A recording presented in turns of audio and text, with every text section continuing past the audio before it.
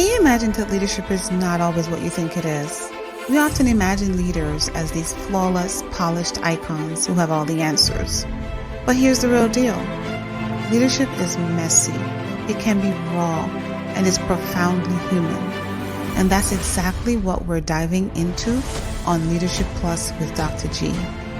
I'm not interested in bringing you the buzzwords and the theory, but I want to get down to the core and heart of what it takes to lead. So whether you're navigating challenges, building your team, or refining your vision, this is your space to grow and thrive as a leader. Now let's jump in. Hello, everyone. I am Dr. Shernette Grant, and I want to welcome you to another episode of Leadership Plus with Dr. G. This is the podcast where we keep it real about what it takes to lead, grow, and inspire others to be their absolute best. And I get to be your host. I am so delighted you decided to join me today. And I also hope that you have checked out all the previous episodes.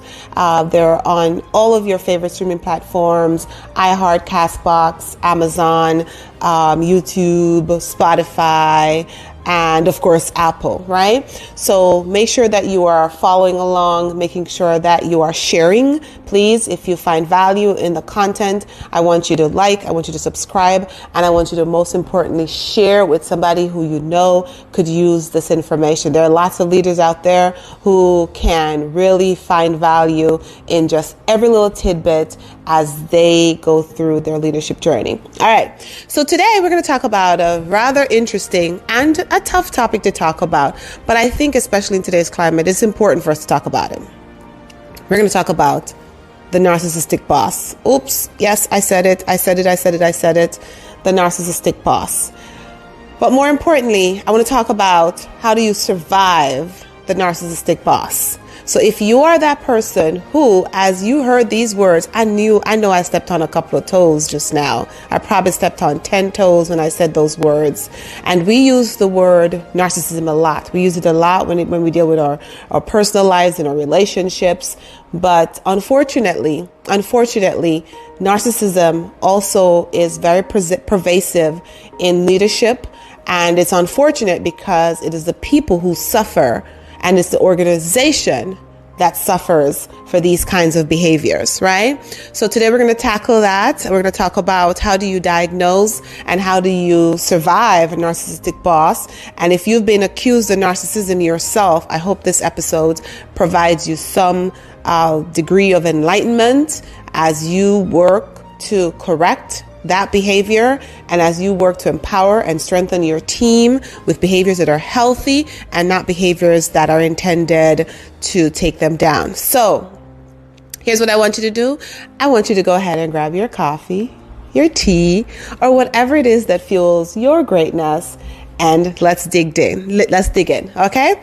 Now, one of the first things I want to talk about is how do you even diagnose? How do you know that someone is a narcissist? We talk about it a lot, and a lot of people have varying definitions, right?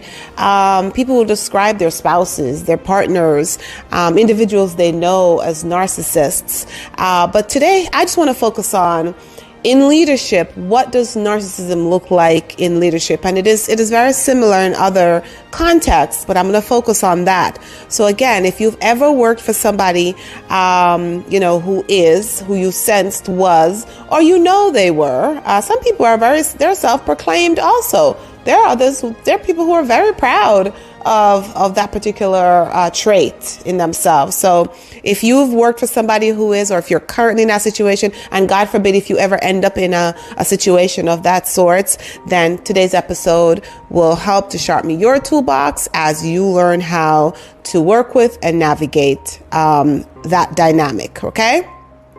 Now, have you ever worked with somebody who just constantly needed praise? Like they just had to get all the praise. They constantly had to be the one who demanded all the constant attention, right? They deflected every ounce of blame. They took credit for all of the good things, but when it came to the bad things, they pointed fingers. They acted like the success of the organization, the success of the team is always due to something that they did. No matter what other members of the team did, somehow they find a way to bring it back to, it could be something even as simple as, well, I made that team member who they are, so basically I get the credit. Sounds familiar? Yes, that's one sign. A narcissistic leadership is characterized by self-centeredness. They're very self-centered, they're very manipulative, and they have a burning desire and always need to be in control. They thrive on control. Again, like I said, excessive need for admiration, for getting the credit.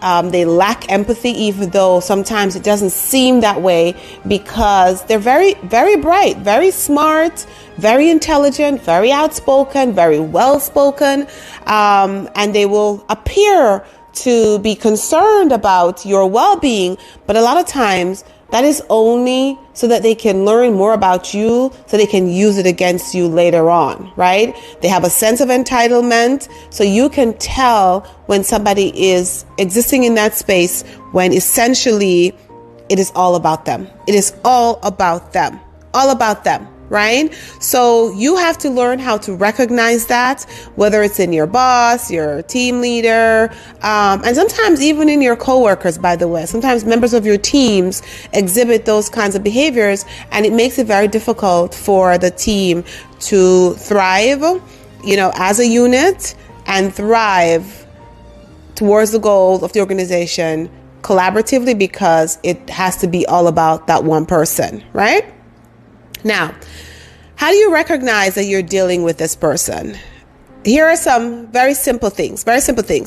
They dominate the conversation, like I said. They crave constant attention. They take credit for the work, but blame you for failures. They are very unpredictable. Oh my goodness. Today they are a charmer, a charming leader, and tomorrow they're a tyrant. And tyrant, by the way, don't always come out in aggression. Note that. A charming, charismatic, narcissistic leader does not always seem like a tyrant where they're aggressive and loud. Nope. But their words have the ability to cut deep. Their words are they're very thought through. They're very deliberate, and they're very intentional in getting the outcome that they want, which is to cut you down. They create a culture of fear, and they pit employees against each other. Have you ever been in a situation where, your boss was constantly meeting with, members of the team, and they're gathering all the information, and, everybody becomes you're the favorite one. They make you think that you're the favorite one because they want to make sure that they are getting information from you that they can use against others.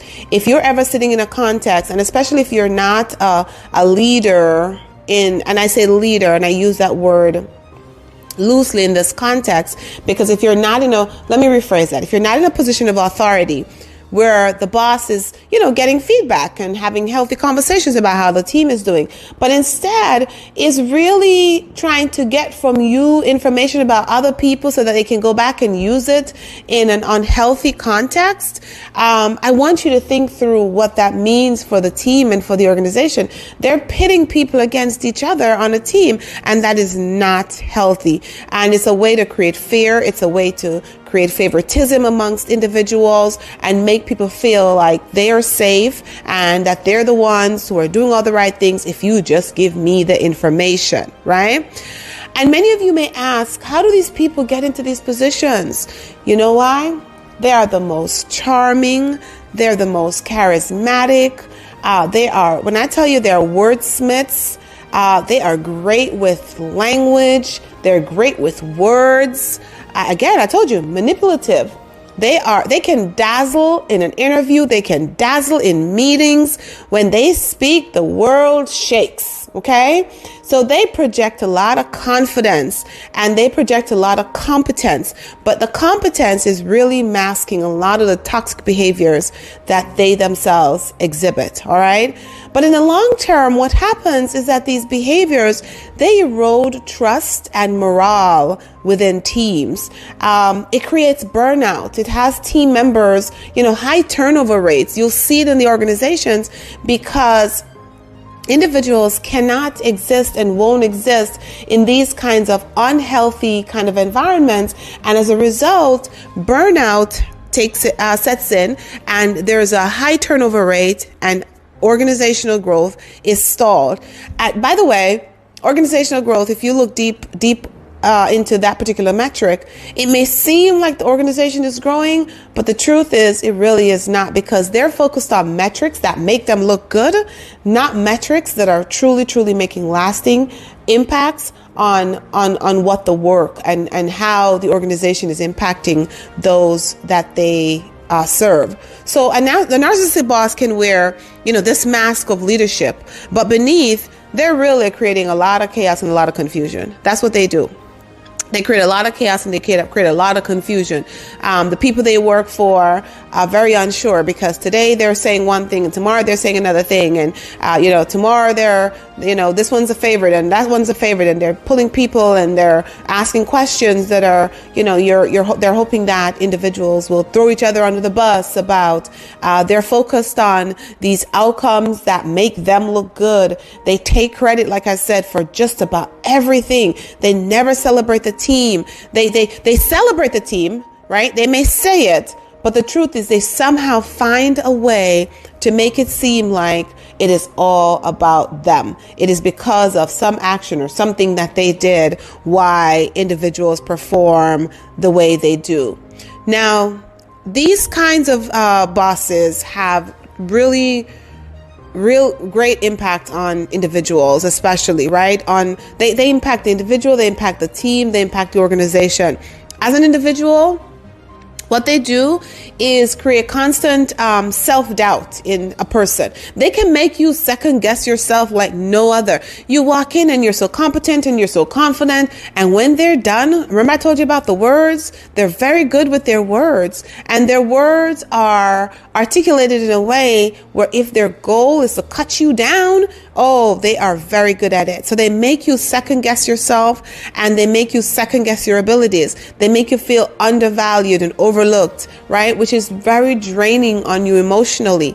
And they make you anxious about decision making, anxious about sharing ideas, because of course, how those ideas will be received. And in essence, a lot of times you just go silent. This silence now passes on to the team, right? You're not a contributor. There's a lack of collaboration. There's a lack of open communication. There's an atmosphere of mistrust, and it creates an atmosphere of competition because they have created the space where everybody wants to be the best, right? The best, not for the team or the organization, but the best for the boss who has created this environment where if you are the best, you get all of the accolades and you get all the praise. And I have selected you to be, the superstar of the group. And of course, as far as the organization is concerned, these people prioritize their own image over the company themselves. It may seem like it's because that's the thing about narcissists, right? Their intentions are usually very self-centered. Their intentions is always all about themselves. So while it may seem like they're working towards the organizational goals, no, it is really all about building their own portfolio, building themselves, which, by the way, we all do that. Let me back up a little bit. That is not necessarily a bad thing in terms of every one of us go into an environment, a workspace. And at the end of the day, we've added to our resume. We've added to a repertoire of skills. We have grown, we have developed, and those are all good things. And it should be happening every single day, because as leaders, we should be creating a space for that to happen for all of our team members, right? But a narcissist is really all about themselves, and they will go to any length to make sure that happens. So I tell you what, Like I said, you might be in the situation right now, or you have been in the situation. You're thinking, oh my gosh, that is so true. I have been there. Or God forbid, you end up in a situation like that. Here are a couple of things that I want you to think about as you think about how you're going to survive this, right?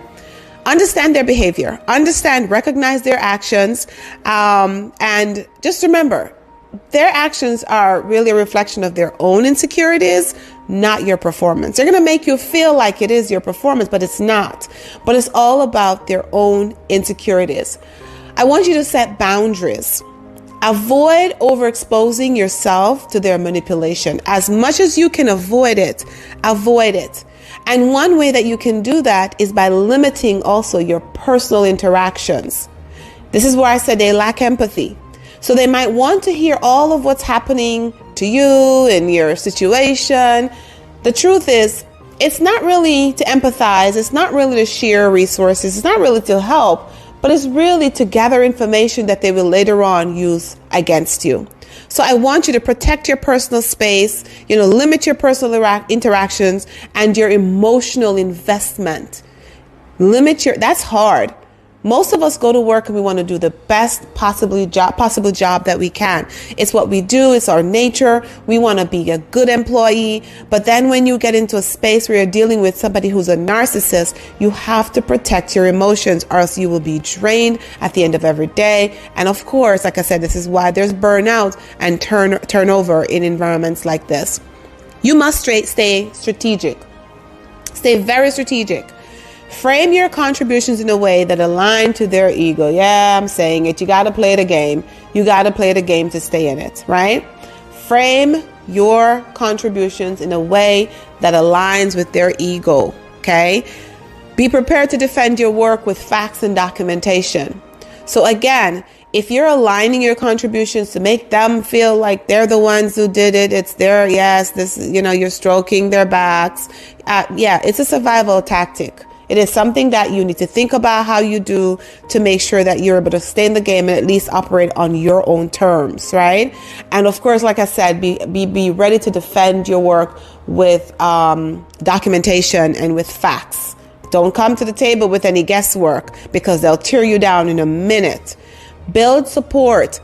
Find a trusted network of colleagues or mentors who can validate your experiences, people who know your value, people who believe in your value, people who will support your value. So work very hard at making sure that you are protecting your reputation, making sure that you are protecting your value, and there are people who will vouch for you on any given day. And of course, I encourage you to seek professional advice if their behavior is affecting your mental health, because this is real. It is hard to be in a work environment where you're working with people who are narcissists, and it takes a toll on you mentally, emotionally, physically in some situations. So I want you to really find support and seek advice if that is happening to you. And last but not least, have an exit strategy. Have an exit strategy. While survival tactics are essential, I want you to prioritize your well-being by planning an escape if the environment becomes too toxic. If it gets to a point where you know you cannot survive this, you know you cannot continue to live like this, you cannot continue to go into a workplace where you are so completely unhappy, it is important for you to start to discreetly work on your exit strategy, right? Surviving a narcissistic boss isn't about fighting them head on. You'll never win that battle. I'm going to tell you right now, it's never going to end well for you. But it's about protecting your own energy. It's about focusing on your own goals and knowing when it's time to move on. I'm going to repeat that. It is not about fighting them head on. You will not win that battle. I promise you, you will not win that battle. It's about protecting your energy. It's about focusing on your goals and knowing when it's time to move on, right? Now, how do you thrive beyond that? Because once you are out of that situation, again, we're humans. We are all human beings. We hurt, we feel, you pinch me, I feel it, right? Sometimes it takes time for us to recover from that kind of emotional and mental trauma. And it's important that in recovering, you focus on your confidence, right? Reflect on your accomplishments. Think about who you were before that encounter. Think about all of the accomplishments that you had prior to getting into that situation. And I want you to reframe your narrative. Remind yourself that their behavior does not define your worth. Their behavior does not define who you are. They were not there from the very beginning, and now you're moving on. I want you to regain your confidence and think about all of the things you've accomplished in life, and remember to reframe your narrative, right? I want you to apply what you have learned in that experience. We must learn something from everything. No matter what we go through in life, good, bad, ugly, indifferent, we must always walk away with lessons learned, and use the lessons learned in these kinds of situations.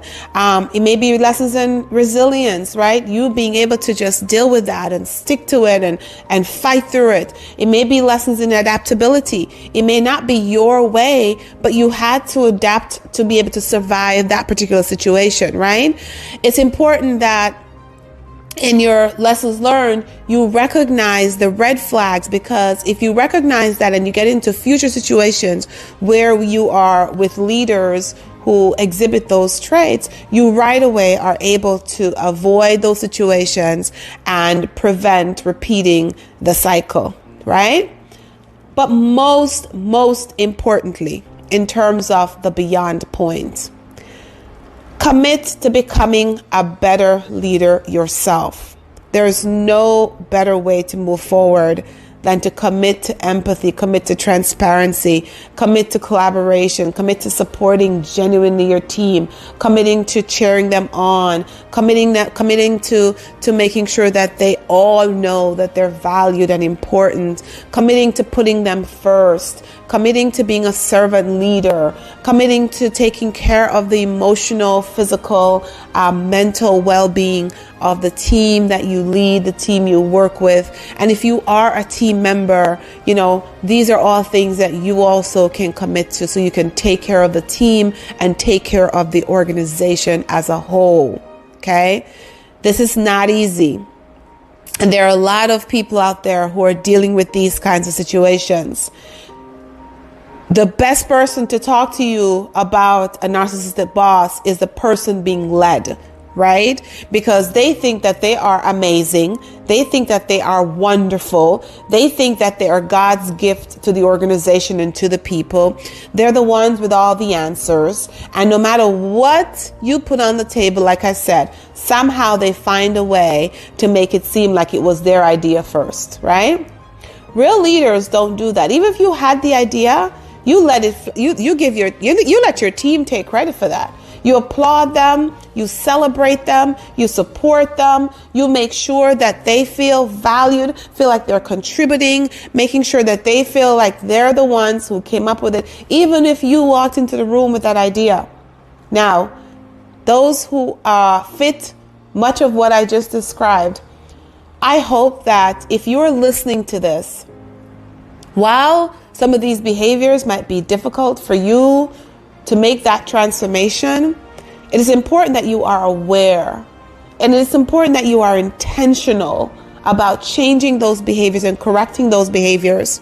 And if you yourself need support, you need to go get support. I talked about having, making sure that the team members or the employees get support for dealing with these behaviors. It's important that as a leader, if you find yourself exhibiting these behaviors, that you also get some sort of help to be able to move into a healthier space, because I promise you, you will start to see your organization grow. You'll start to see your people develop. You'll start to see your people thrive. The organization will thrive. And I like to say, this is what I like to say about leaders who kind of sit in that toxic space. You will get the credit anyway. Even if you do none of the work, you are still the authority. You are still the one with the title. You are still the one who is recognized as the individual who's moving the organization in a particular direction. Like, I don't understand why people fight to be in that space, because the truth is, you are going to get the credit anyway. Anyway, the outsiders looking in will say, wow, look at what is happening in organization X because CEO so-and-so, principal Y, or, president or executive director, John or Mary is just doing amazing work over there. Very rarely will you hear anybody say, well, organization X is doing well, but I believe it's the clerk at the front desk who's making this happen. No, you get the credit anyway. Stop trying to be so aggressive in trying to fight for it. It is yours anyway.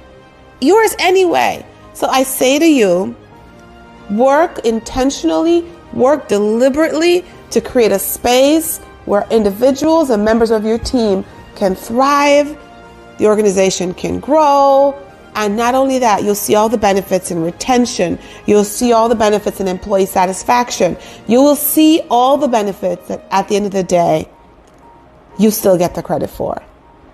You still get the credit for. I'm just keeping it real. All right? So let me close out. Diagnosing and surviving a narcissistic boss is not an easy feat, but it's possible. It is possible. The key is to understand their behaviors. The key is to protect your space, protect your mental health, and focus on your personal and your professional growth. Just remember that you have the power to rise above their toxicity, and you have the power to reclaim your confidence. So if that is you today, I want to remind you that you got this. You can do this. You can do this. And in moving forward, you can also be a better boss or better leader as you grow and thrive in your own career. All right? If you want to hear more about, or if you want to, connect with me to work with members of your team, I encourage you to visit www.unorthodoxleadership.org to check out all the other services that we offer, because we're here to help you grow. We're here to help your team grow, help you develop healthy teams, healthy people make healthy teams, healthy teams, tongue twister there, make healthy organizations. And we are here to make sure that it all comes together for the good of the work, right? Thank you for joining me today on Leadership Plus with Dr. G. Again, if this episode resonates with you, this is not the most fun topic to talk about, but it's one of those real topics that we need to talk about, especially now. And if it resonates with you, share it with somebody who needs to hear it. Like, subscribe, share, and until next time, keep leading boldly, grow fearlessly, and inspire others to be their absolute best. Ciao. Thank you for tuning in to Leadership Plus with Dr. G.